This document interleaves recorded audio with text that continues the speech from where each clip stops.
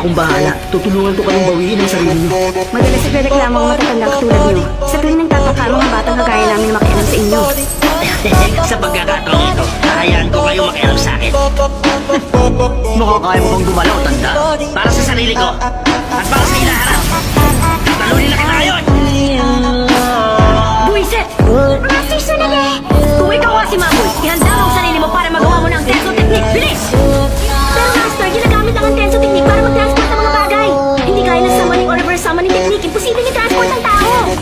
Wala nang oras para magtalo tayo. Wala namang masama kung susubukan